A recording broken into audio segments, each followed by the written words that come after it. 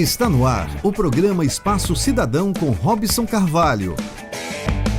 No ar, o nosso programa Espaço Cidadão, chegando em todo lugar onde tiver internet, pelo nosso canal no YouTube, Robson Carvalho. Pode localizar também pelo Robson Cidadão e faz a sua inscrição. É o mesmo nome no Spotify também para você ouvir as programações. E ainda chegando à TV e ao Brasil 247, como também a TVT São Paulo e Portal Congresso em Foco. No programa de hoje, temos 3 convidados do Observatório das Metrópoles.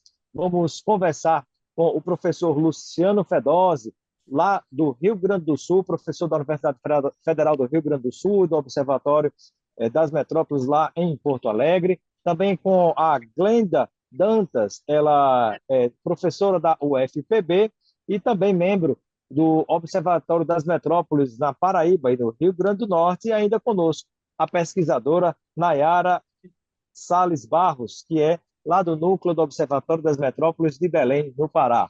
O tema de hoje é orçamento participativo.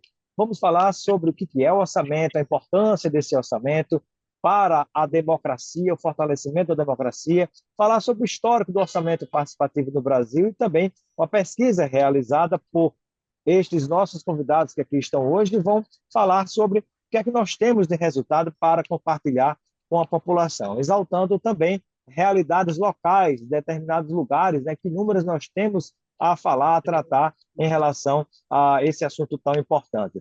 Eu dou boas-vindas e já começo com a primeira pergunta, né, ao professor Luciano Fedose, né, pedindo, seja bem-vindo, professor, e eu gostaria que o senhor inicialmente compartilhasse conosco a importância do orçamento participativo no Brasil. E é um prazer, Robson, estar nesse programa, né? Junto com as colegas, a Glenda e a Nayara, pesquisadoras do Observatório das Metrópoles. Pois é, a gente tem no Brasil, né, a criação dos orçamentos participativos, lá no final dos anos 80, né? Principalmente pelo caso bem-sucedido aqui de Porto Alegre, que criou, né, esse instrumento, essa instituição participativa, que basicamente é o quê? É o governo, né, se abrindo e discutindo com a população o orçamento e as prioridades de execução dos recursos públicos, né? O que fazer, quais são as obras, os serviços, enfim, quais são as principais necessidades da população da cidade, principalmente daqueles territórios mais precários, que precisam de infraestrutura, de serviço, que não têm a cidadania plena e não têm o bem-estar urbano pleno, né? Então, esse modelo do orçamento participativo, a partir dos anos 90, cresceu muito no Brasil. Chegamos a ter mais de 400 cidades que adotaram o orçamento participativo e depois se espalhou, se difundiu pelo mundo. É muito impressionante mesmo como essa inovação brasileira chegou hoje a praticamente todos os continentes. O último levantamento do Atlas Mundial dos Orçamentos Participativos, que foi feito, que é elaborado em Lisboa, e que reuniu 72 pesquisadores do mundo inteiro, inclusive nós aqui do Brasil, apontou cerca de 10 mil cidades no mundo que praticam alguma forma de orçamento participativo, inspirados muito aqui pelo caso brasileiro e principalmente pelo caso de Porto Alegre. Só que, né, resumindo aqui, lamentavelmente, a partir da década de 2000, 2010 em diante, a gente começou a perceber um declínio, uma queda do número de municípios no Brasil adotantes dos orçamentos participativos, né? Chegando hoje a um dado muito preocupante que nos motivou, como agenda da reforma urbana, do direito à cidade, a estudar melhor esse processo das causas deste decrescimento do número de municípios que adotam o orçamento participativo no Brasil. Então, o nosso estudo ele está, digamos, focado para entender bem essas causas que são preocupantes, porque, em geral, quando os orçamentos participativos são bem aplicados, quando eles funcionam bem, que são para valer, nós temos uma democratização do bem-estar urbano, né? Nós temos, digamos assim, um processo redistributivo que melhora a qualidade de vida e democratiza o acesso à infraestrutura, saneamento, pavimentação, habitação, saúde, educação, cultura, enfim, tudo aquilo que é necessário para tornar as nossas metrópoles mais democráticas e mais acessíveis. Perfeito. E antes até de entrarmos em detalhes sobre esse estudo que foi produzido pelo Observatório das Metrópoles, né, que a gente vai compartilhar com quem nos acompanha, eu gostaria de ouvir da Glenda sobre, na prática, professora Glenda, como é que funciona um orçamento participativo, né? Quais são as etapas, como é que acontece na prática, se de repente você tem uma prefeitura, eu quero fazer um orçamento participativo. Ele tem quantas etapas, né? Como é que ele acontece?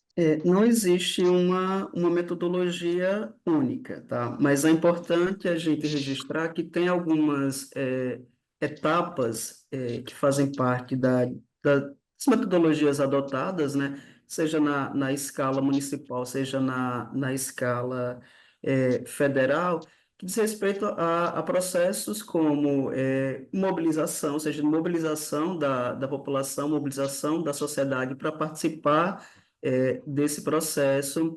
Existem também plenárias, reuniões temáticas, reuniões setoriais, muitas delas ocorridas nos diferentes territórios, né, nos bairros, em que se dá esse processo mais concreto de aproximação, de discussão, de fato, das demandas, né, demandas relacionadas a bens, relacionadas a serviços de diferentes ordens, né, seja de infraestrutura, seja equipamentos sociais de uso coletivo, como escolas, creches, unidades de saúde. Então, existe todo um certo fluxo que vai desde desses processos de mobilização inicial até o processo propriamente dito de seleção, né, dessas demandas que foram priorizadas em todo esse processo e, posteriormente, a inserção dessas demandas no orçamento municipal. Então, é um esforço de mediação ou de aproximação de duas questões que são importantes, né? A questão participativa e a questão orçamentária, né? Do próprio orçamento público, né? De que esse conjunto de demandas provenientes da população, elas possam entrar no orçamento público e possam, obviamente, serem executadas, né? Perfeito.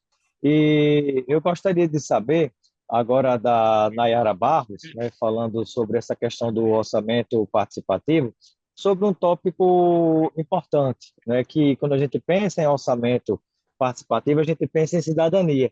Qual que é a importância, Nayara, do orçamento para a cidadania, exatamente do município, do país como um todo? Que a gente entende, né, para a cidadania a importância, eu entendo que a questão é o próprio cidadão está representado lá, as demandas dele estarem representadas, que eles vão conseguir levar o que eles entendem de demandas específicas em termos de infraestruturas para os seus próprios bairros, até de equipamentos coletivos, enfim, eles vão conseguir levar as próprias demandas e exercer melhor o papel de cidadão na existência dos orçamentos participativos.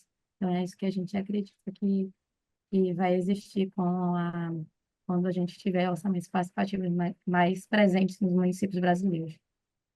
Maravilha. E apresentado o que é o orçamento participativo, vamos agora entrar em detalhes sobre esse estudo que foi desenvolvido pelo Observatório das Metrópoles. E eu gostaria de voltar a ouvir o professor Luciano Fedosio, né, sobre essa situação do Brasil atualmente, né, o que é que motivou a realização desse estudo, né, que você falasse um pouquinho sobre como é que se encontra o Brasil no ponto de vista da execução realmente que considere ouvir a voz do cidadão na construção do seu orçamento. Perfeito. O Observatório das Metrópoles, essa rede nacional de pesquisadores, organizada em 18 capitais brasileiras, com 18 núcleos, né? E a gente historicamente pesquisa qual é a situação das cidades brasileiras, né, da urbanização, principalmente metrópoles, regiões metropolitanas, né, que hoje constituem praticamente metade da população brasileira moram nas regiões metropolitanas. E esse processo de urbanização, ele se deu historicamente de forma muito desigual, né? Nós temos as metrópoles, as regiões metropolitanas, com uma desigualdade muito acentuada no que diz respeito àqueles direitos urbanos básicos, né? Que são necessários para que todos moradores, toda a população tenha um bem-estar naquilo que é fundamental, como saneamento básico, né, moradia, acesso a políticas públicas, enfim, infraestrutura e serviços públicos em geral, né? E no estudo da urbanização, se colocou principalmente a necessidade também de democratizar a gestão municipal, né? Digamos assim, a agenda, a bandeira da reforma urbana que nós defendemos historicamente, que diz respeito ao direito à cidade de todos e todas, né? Para ter cidadania de todos e de todas, quer dizer, a reforma urbana, ela sempre fez uma previsão e uma defesa de que, para que isso possa acontecer, é necessário democratizar o governo municipal, a gestão pública municipal, democratizar as prefeituras. Uma das formas boas que funciona e funcionou historicamente foi por meio dos orçamentos participativos. Não é a única maneira, né, de democratizar, tem outras que são muito importantes, né? Discutir o plano diretor, os conselhos municipais, ou seja, uma série as conferências, tudo aquilo que o Estatuto da Cidade, aprovado em 2001, aprovou. Mas os orçamentos participativos, eles permitem democratizar o orçamento. O que é isso, basicamente? O orçamento é um projeto de lei que o Poder Executivo, o governo municipal, envia para as câmaras de vereadores para aprovar, que diz respeito ao quê? A arrecadação do município, ou seja, os impostos, tudo aquilo que vem do governo estadual, federal, tudo aquilo que nós chamamos de receita, né? E, por outro lado, qual é a previsão de despesa? Como o governo municipal pode prever, com os recursos previstos, arrecadados, como ele vai gastar esses recursos na execução das políticas municipais.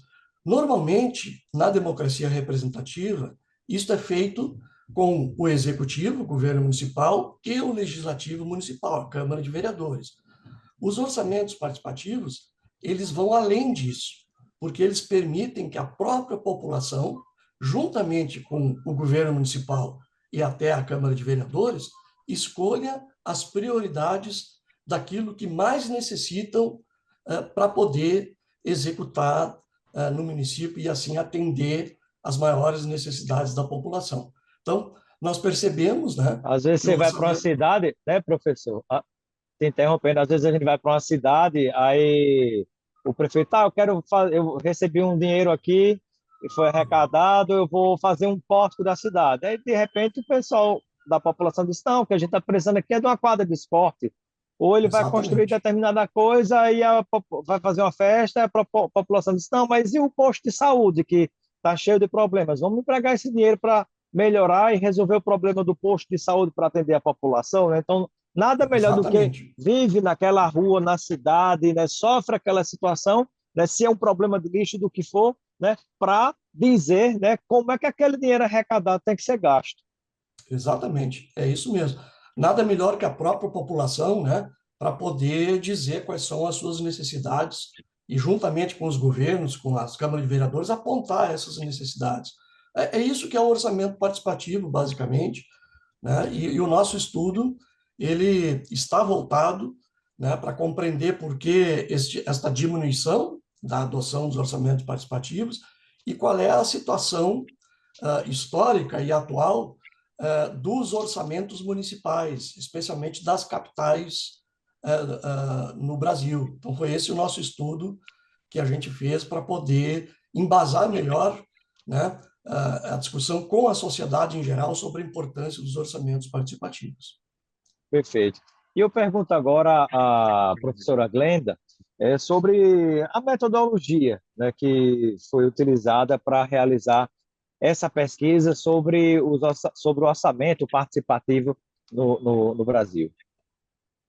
Bom, Robson, nós fizemos um conjunto de conversas, de reuniões para tentar definir a metodologia, ou seja, os caminhos que iam nos ajudar a entender um pouco essa realidade do orçamento, principalmente a questão do orçamento público, né? Porque essa dimensão da participação, ela já é uma dimensão que vem sendo discutida há bastante tempo. E a gente queria um olhar maior, assim, para que a gente ampliasse o nosso olhar acerca do orçamento participativo, olhando para questões ligadas ao próprio orçamento público.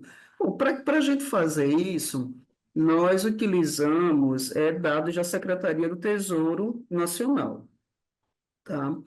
E, basicamente, foram selecionados dois bancos de dados. Um banco de dados chamado Fimbra, Finanças Brasil, e um outro banco de dados que se chama Siconf, que é o Sistema de Informações Contábeis e Fiscais do Setor Público Brasileiro. O Fimbra nos ajudou até um determinado momento, porque os dados disponibilizados, dados orçamentários, contábeis, financeiros, eles são disponibilizados, né, de 89 a 2012. Então, cobria apenas um determinado período. Já o Siconf, ele tem dados de 2013 em diante. Então, Inclusive nós com detalhes até de emendas parlamentares, não é, Glenda? e aí nós reunimos esse conjunto de informações para olhar, sobretudo, questões fiscais e questões orçamentárias. Basicamente, o trabalho foi olhar receitas e olhar despesas por categorias econômicas. Muito com essa ideia ou com esse propósito de nós termos um pouco desse panorama, tá? Então, a gente olhou receitas, por exemplo, receitas que eu chamo de receitas tributárias, né, provenientes dos tributos que todos nós pagamos, de impostos, taxas. Por exemplo, olhamos evolução de IPTU, evolução de ISS, do fundo de participação dos municípios, do ICMS, que são de receitas correntes também, né? Então, tivemos esse panorama maior em relação a as receitas, mas, por outro lado, é importante ver também uma outra dimensão, ou seja, não só aquilo que tem disponível em termos orçamentários, né? Mas também em receitas, né, orçamentárias, mas também de despesas. E aí fomos olhar também nesse mesmo movimento, olhar algumas despesas. Algumas delas são despesas que são obrigatórias, né? Como, por exemplo, as despesas com pessoal, tá? Aquilo que a gente paga, salários, tudo isso pessoal, encargos. Nós olhamos também outras informações com relação a despesas por funções, despesas com educação, despesas com saúde, com assistência, com habitação, com urbanismo, com saneamento. Então, para olhar também um pouco de questões relacionadas a uma dimensão mais social e uma dimensão que a gente chamou de mais ligada a uma parte de infraestrutura. Então, nós compusemos esse quadro e nós utilizamos dois relatórios dentro desses dois bancos de dados que eu mencionei agora há pouco. Olhamos dois relatórios, né? Um se chama REREL, que é o relatório resumido de execução orçamentária, que é uma obrigatoriedade dos entes encaminharem esse relatório, e olhamos também o que se chama, né, de um relatório de gestão fiscal. Então, a partir desses dois relatórios base, foi que nós conseguimos compor esse quadro, tanto em relação às receitas, quanto em relação às despesas. E é um quadro que nos permite, esses bancos de dados nos permite comparar a realidade de diferentes municípios ao longo de uma série histórica. E a partir daí tentar identificar algumas tendências, alguns comportamentos ou alguns fatores que nos ajudem a explicar os achados da pesquisa, né?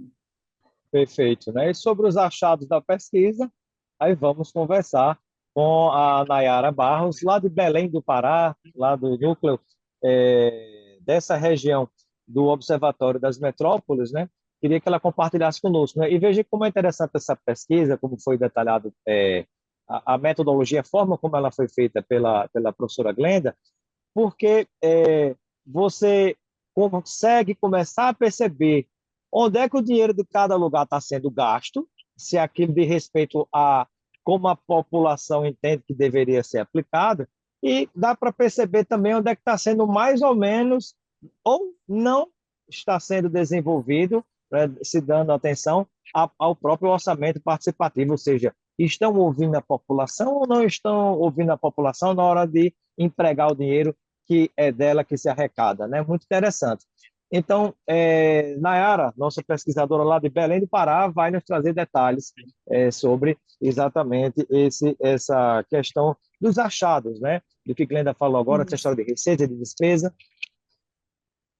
Pois é, Robson. Então, a partir do estudo, né, que nós fizemos, a gente percebeu, por exemplo, que principalmente as capitais apresentam uma média boa de saúde financeira, onde o quadro orçamentário das capitais, especificamente nas 2 últimas décadas, é considerável relativamente positivo quanto ao resultado fiscal anual. Por exemplo, em 2002, a média entre as capitais foi de 6,5% de diferença positiva entre as receitas e as despesas. E falando Agora, só especificamente explicando, das Nayara, o receitas. que que seria, explicando para o pessoal, né? O que é que seria esse resultado fiscal, essa questão fiscal, né? Porque talvez muita gente não saiba, né? Ah, porque tem a história, o cronograma físico, financeiro, cronograma de pagamento, né? Receita e despesa. Então, para a gente explicar um pouquinho sobre esses termos mais técnicos. Certo. Na nossa metodologia, a gente adotou o resultado fiscal como sendo a subtração das despesas totais pelas receitas totais. Então, a gente fazia a somatória de todas as despesas de capital e despesas correntes, e subtraía das receitas totais, que também era a somatória das receitas de capital e das receitas correntes. Então, acabava resultando um valor, e aí a gente fazia um cálculo percentual, e esse percentual positivo, né, como foi demonstrado, como eu falei, né, a maioria das capitais acabou apresentando um saldo, em média, positivo. E, enfim, é basicamente esse método que a gente utilizou para calcular, e para identificar a situação financeira, orçamentária e o resultado fiscal das capitais brasileiras. É, e Perfeito. agora já falando um pouco sobre as receitas das capitais, né, quando a gente compara as capitais com as cidades médias e pequenas, a gente nota que elas são menos dependentes dos repasses do governo federal, por exemplo, o Fundo de Participação dos Municípios. E mesmo com esse quadro favorável, no entanto, na verdade, comparando com esses municípios de menor porte, as capitais apresentam ainda um pequeno percentual de arrecadação, por exemplo, quanto aos tributos de imposto sobre a propriedade imobiliária fundiária, mas que a gente também chama de PTU, enfim, e na composição das receitas, né? Agora, um pouco sobre as despesas, falando sobre as despesas por função, a gente nota que nas capitais elas estão fortemente, não só nas capitais, mas assim, a nossa pesquisa se restringiu mais sobre as capitais, até porque o observatório trata das metrópoles, né? A gente identificou que as receitas estão mais, perdão, as despesas estão mais comprometidas com custeios de políticas sociais, que a gente considerou políticas de saúde, educação e assistência social. Então, somadas essas despesas, a maior parte dessas despesas relacionadas às despesas totais, elas somam entre 40% e 45% dos gastos, né? Em comparação com as despesas que a gente colocou no pacote de infraestrutura, que seriam as despesas com urbanismo, funções, né, do urbanismo, saneamento e habitação, que em geral ficaram abaixo de 20% do montante das despesas totais.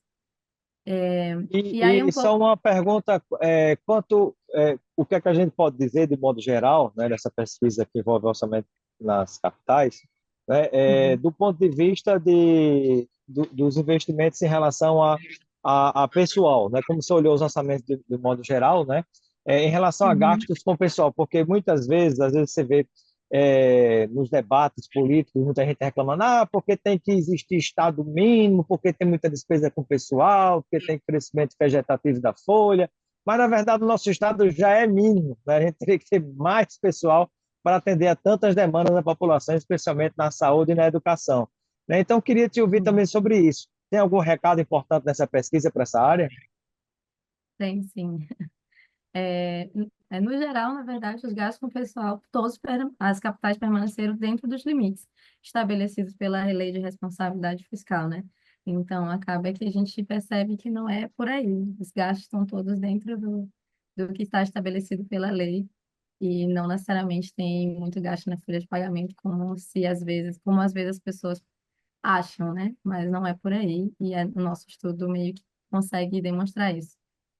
E falando agora um pouquinho sobre os investimentos, né? Porque para entender como é que também os municípios estão investindo, né? Como que eles estão gastando esses investimentos dentro do pacote de despesas, a gente percebe, por exemplo, como a gente fez uma série histórica, no período da década de 90 há um aumento, né, nos recursos disponíveis para esses gastos com investimentos, porém, né, nos anos seguintes, principalmente a partir dos inícios dos anos 2000, há uma diminuição na capacidade de investimento das capitais, e aí o que se acredita, né, a razão para isso é que principalmente por causa do aumento das despesas obrigatórias e da rigidez orçamentária identificada especificamente a partir dos anos 2000. E aí, por exemplo, enquanto em 95 a média de investimento das capitais era de 11,75%, em 2022 esse percentual cai para 7,03%. Né? E ainda falando um pouco sobre os dados de 2022, a gente nota que as capitais que melhor apresentaram condições de investimento, de despesa para gastar com investimentos, foram Salvador, Manaus, seguido de Aracaju, Boa Vista e Recife. Já as capitais com baixíssimos percentuais de investimento ficaram Rio Branco, Goiânia, Macapá, João Pessoa, Belém e São Luís. Né? E, assim, falando um pouco sobre essa Quem questão de estaria numa situação pior em relação à pesquisa que você desenvolveu?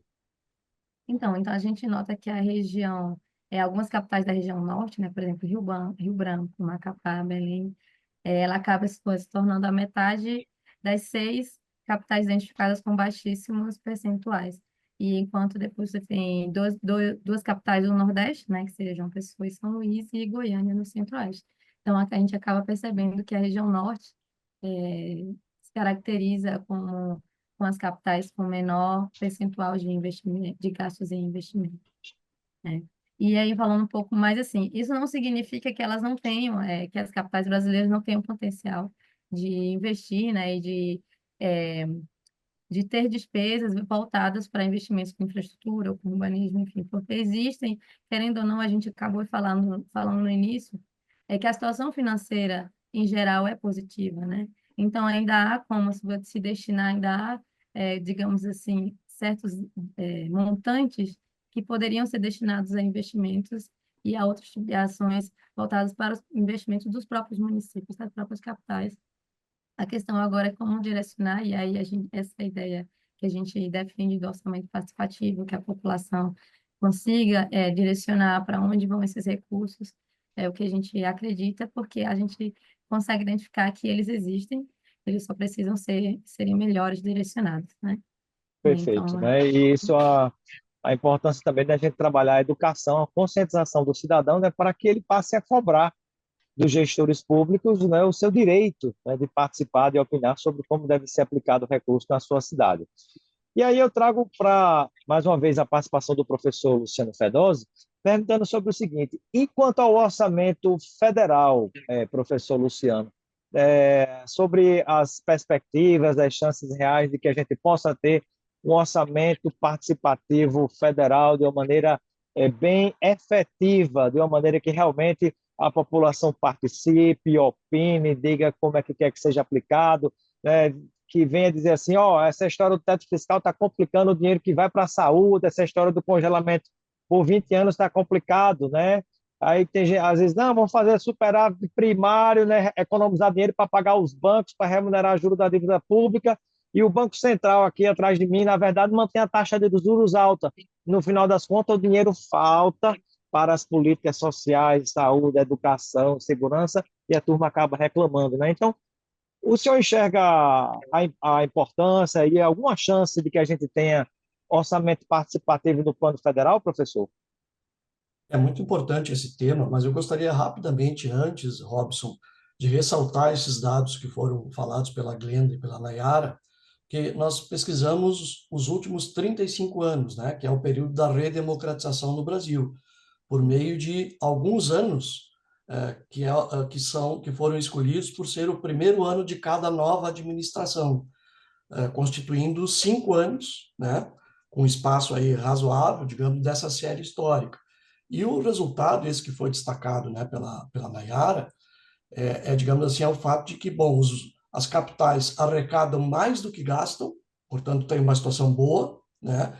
E sim, houve uma certa diminuição dos recursos discricionários, que são aqueles onde os governos têm liberdade para poder fazer o que quiser, para além daquilo que a lei permite, que é saúde, educação, né? Que tem um percentual obrigatório, e ainda bem que é obrigatório, senão talvez não teríamos este gasto em saúde e educação tão importante no Brasil. Então, apesar de haver uma certa diminuição desse recurso discricionário, que se chama investimentos para novas obras, novos projetos, não é por esta razão que estão diminuindo os orçamentos participativos, porque a média dos investimentos deste recurso que as capitais têm, ela é favorável e, portanto, ela permite fazer orçamentos participativos para que a população discute e indique as suas prioridades. Portanto, os orçamentos participativos nas capitais, nos municípios brasileiros, estão diminuindo muito em função de uma vontade política, né? Onde os partidos e governos municipais não têm apresentado uma vontade política para democratizar essa discussão com a população e a cidadania em geral. Sobre a pergunta específica, sim, né? Nós, inclusive, nos posicionamos há muito tempo e, inclusive, nós, do Observatório das Metrópoles, junto com a Rede Brasileira dos Orçamentos Participativos, apresentamos uma proposta no início deste ano, no início do mandato do governo Lula, de implementação do orçamento participativo nacional, até porque esse tema foi discutido durante a campanha eleitoral como forma até de se contrapor ao orçamento secreto, né? Que hoje representa um verdadeiro sequestro dos recursos públicos por meio das tais emendas impositivas, né? Cerca de 50 bilhões de reais, quase o mesmo valor que o governo federal todo tem para poder investir, que é uma deturpação da função do poder legislativo no Brasil. E Tivemos... atrapalha a execução de políticas públicas por parte do próprio Poder Executivo, né? Infelizmente, Exatamente. esse Exatamente. terrível modelo implementado no Brasil do ex-presidente Jair Bolsonaro, que terceirizou a sua gestão e o orçamento ao Centrão no Congresso Nacional, né, começou a ser replicado em alguns estados e municípios brasileiros, gerando muitos problemas a governadores e prefeitos. Exatamente. Se espalhou pelo Brasil inteiro, né? Praticamente hoje quase todos os municípios e os 27 estados têm as emendas impositivas, o que fragmenta, estraçalha as políticas públicas, né? Não tem nenhuma lógica, nenhuma racionalidade, além de ser uma deturpação, porque a função do Poder Legislativo é fazer leis e fiscalizar, né? Não é executar o orçamento, né? Numa democracia presidencialista, quem executa o orçamento é o Poder Executivo, nas cidades, nos governos estaduais e no governo federal. Mas o fato, como eu estava dizendo, é que no início deste ano, nós tivemos até perdão, no início do ano passado, né, fizemos essa proposta e ocorreu, inclusive, no ano passado, o Plano Plurianual Participativo, uma iniciativa importante que realizou assembleias nos 27 estados e também abriu para a possibilidade de participação digital por meio da internet, né? Que foi realmente um sucesso. E nós tivemos mais de 4 milhões de acessos, 1,5 milhão de pessoas fazendo propostas pelo Brasil afora inteiro, né? Com assembleias presenciais nas capitais. Mas o que nós estamos percebendo é que, lamentavelmente, a ideia que havia de implementar um OP nacional, né, seguindo esta lógica lá do Plano Plurianual Participativo, que é o primeiro instrumento da lei orçamentária, né, não vem se dando. E achamos que isso é um prejuízo muito grande para a democracia brasileira, porque se tivesse um OP nacional, a população, as organizações sociais, os movimentos sociais, os cidadãos, cidadãs, poderiam discutir nessa arena pública, né, a disputa pelos recursos públicos, porque os recursos públicos eles são o centro do Estado, né?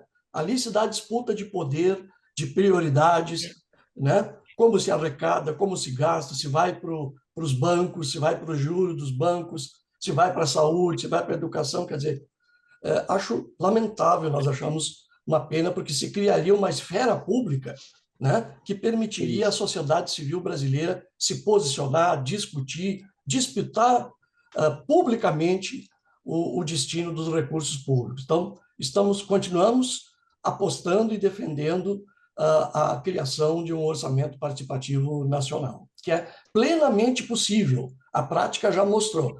Aliás, é importante dizer que vários estados do Nordeste realizam um orçamento participativo hoje. O caso da Paraíba é o mais destacado, né? Mais consolidado, mas começou a também ter no Maranhão, no Piauí, agora o Rio Grande do Norte vai fazer, parece que Pernambuco também vai adotar, ou seja, não é um problema de escala, né? Os orçamentos participativos, assim como ocorre em outros países do mundo, como é o caso de Portugal, podem ser realizados numa escala nacional, utilizando-se esse modelo híbrido, presencial e digital, como é o caso que é permitido e é possível hoje, né? Perfeito. Eu gostaria de ouvir agora a professora Glenda Dantas em relação a algum complemento que possa fazer sobre essa pesquisa desenvolvida pelo Observatório das Metrópoles nas capitais brasileiras em relação ao orçamento participativo, os orçamentos municipais, né? E uma palavra também em relação a essa possibilidade de se efetivar realmente o orçamento participativo federal, como foi comentado pelo professor Luciano Fedose. Bom, Robson, o que eu destacaria, como acho um ponto fundamental, a nossa pesquisa ela envolve várias dimensões, tá? Desde da questão fiscal, a gente traz alguns outros elementos, né, do institucional, associativismo, mas a gente dá um foco maior, né, nessa etapa da pesquisa, que é o que a gente está conversando hoje, sobre essa dimensão fiscal orçamentária. E aí, uma vez mais, eu destaco a importância no seguinte sentido, que nos permite entender ou adentrar um pouco nesse mundo que ainda é bastante misterioso e difícil e árduo, que é do orçamento público. Porque, veja, não é somente a experiência do orçamento participativo que envolve, coloca como um dos pilares a questão da participação social. Em todo o processo, o professor Luciano Fedose falou do Plano Plurianual, o PPA, mas também a Lei Orçamentária Anual e a Lei de Diretrizes Alô, Orçamentárias, que formam LDO. parte do ciclo orçamentário, também exigem, né, colocam como um dos elementos importantes a participação da população em todo o ciclo, tá? Mas esse elemento da participação, ele também envolve a necessidade de se conhecer o próprio orçamento público, no sentido de que a gente entenda quais são os limites e quais são as potencialidades que ele nos traz, tá? Então, eu acho que essa nossa pesquisa, ela tem essa contribuição, que é importante de fazer essa leitura de aspectos fiscais e orçamentários como um ponto importante, um ponto central dessa discussão da participação, da gestão democrática das cidades. Então, não dá para discutir aquilo que a gente não conhece. E aí a importância da transparência, que também é um outro componente que é importante. E é uma dificuldade muito grande dos municípios, né? Inclusive, tem orçamentos participativos, mas não conseguem ser transparentes no seu processo de implementação, de maneira até que as pessoas possam se identificar nessa execução. Ah, tal demanda veio do orçamento participativo, entrou no orçamento, né? E aí depois as pessoas conseguirem essa identificação em função da dificuldade de se publicizar essas informações, de terem registros adequados, né? Então, esse Isso também é um ponto. acontece, isso acontece, Glenda, por falta de vontade do prefeito, que não quer ser tão transparente, ou é falta de estrutura da prefeitura para disponibilizar essas informações? Robson, eu diria que as duas coisas. Diria que as duas coisas. Mas, obviamente, cada contexto, cada realidade específica vai dizer se um ou outro desses, do que você está dizendo, desses dois elementos, tem o maior peso. Aqui em João Pessoa, por exemplo, só para ilustrar, a gestão de um ex-prefeito, ele conseguiu registrar informações em relação a todas as ações de orçamento participativo, nos permitindo, inclusive, identificar valores. Outras gestões já não conseguem fazer isso. Então, é também uma dificuldade que se tem de relacionar o que está sendo feito com o próprio orçamento público. Tá? Então, isso do Perfeito. registro das informações, não só para a gente que pesquisa, mas para toda a população é importante. E com relação ao orçamento participativo numa escala federal, como bem colocou o professor Luciano, existe sim possibilidades, mas também existem desafios de ordem política, de ordem institucional, e como você bem falou, a questão das emendas impositivas, isso é uma barreira muito grande a ser superada na perspectiva disso, de democratizar o orçamento, de quebrar um pouco com essa estrutura, para que haja uma democratização maior do orçamento público, né? Por meio da participação, porque é um conflito distributivo muito grande, né? Em relação aos recursos e uma mistura, acho que, de competências, né? Perfeito. Bom, o nosso tempo passa muito rápido, eu gostaria de começar a finalizar a nossa entrevista, né? Ouvindo agora a Nayara Barros, em relação a esse tema que nós acabamos de abordar, se há algo mais que você tenha a complementar em relação, Nayara, a você como pesquisadora do Observatório das Metrópoles, lá no núcleo de Belém, no Pará, se tem algo mais a complementar em relação a essa pesquisa do orçamento participativo no Brasil, né? Mais algum achado importante que você deseja passar para quem está nos acompanhando?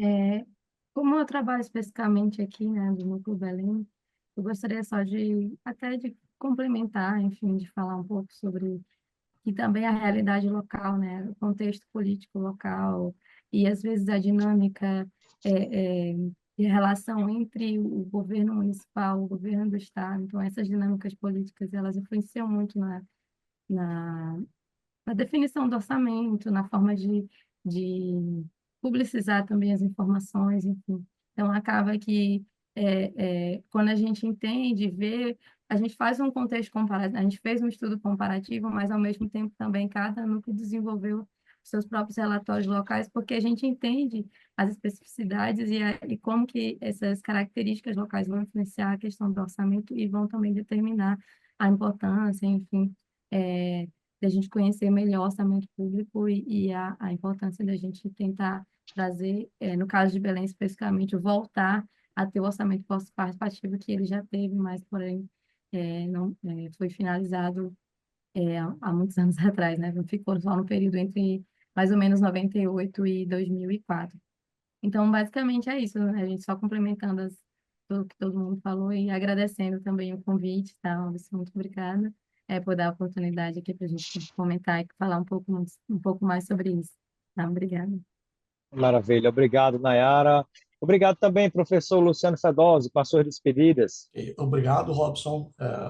Muito importante, foi um prazer ter esse espaço. Eu só gostaria de dizer que o estudo está disponível no site do Observatório das Metrópoles, né, onde é possível acessar o estudo completo, esses dados, e também dizer que nós criamos, por meio desse projeto, um observatório dos orçamentos participativos no Brasil, né, inclusive com um site onde a gente está alimentando, inclusive com todos os estudos acadêmicos que foram feitos até hoje sobre os OPs municipais, né? Enfim, estamos construindo também esse site, ele está hospedado na Universidade Federal do Rio Grande do Sul, e ele pode ser acessado também por meio deste link, que é a Universidade Federal do Rio Grande do Sul, né? A sigla inicial, UFRGS, /observa.opbr, né? Para quem quiser acessar e conhecer muitos materiais que nós estamos reunindo para fazer com que a sociedade civil brasileira, onde se inclui as universidades, tenha mais controle e incidência nesta agenda da democracia participativa no Brasil. Obrigado, professor Luciano Fedose. Com as despedidas, considerações finais também, a Glenda Dantas, que eu chamo de Glenda Maria, foi minha colega lá na UFRN. Seja sempre muito bem-vinda. Eu deixo esse momento para você fechar o nosso programa. Quero agradecer, Robson, pela oportunidade, né, do diálogo, né, da troca. Acho que é um tema extremamente relevante, né, não só para a academia, mas para a sociedade como um todo, né? E, assim, também agradecer aos colegas que estiveram conosco, né, que ainda estão conosco nessa pesquisa, né? Então, são profissionais, né, pesquisadores de vários núcleos, né? Então, o que nós estamos trazendo hoje é fruto desse trabalho coletivo, né? Processo de construção coletiva, de ideias, reflexões, inquietações, processos de incidência. Então, tem um trabalho aí intenso e coletivo extremamente relevante. E convido todos e todas para que possam fazer a leitura do material, do nosso relatório. E obrigada pela Maravilha. oportunidade uma vez mais. Muito obrigado.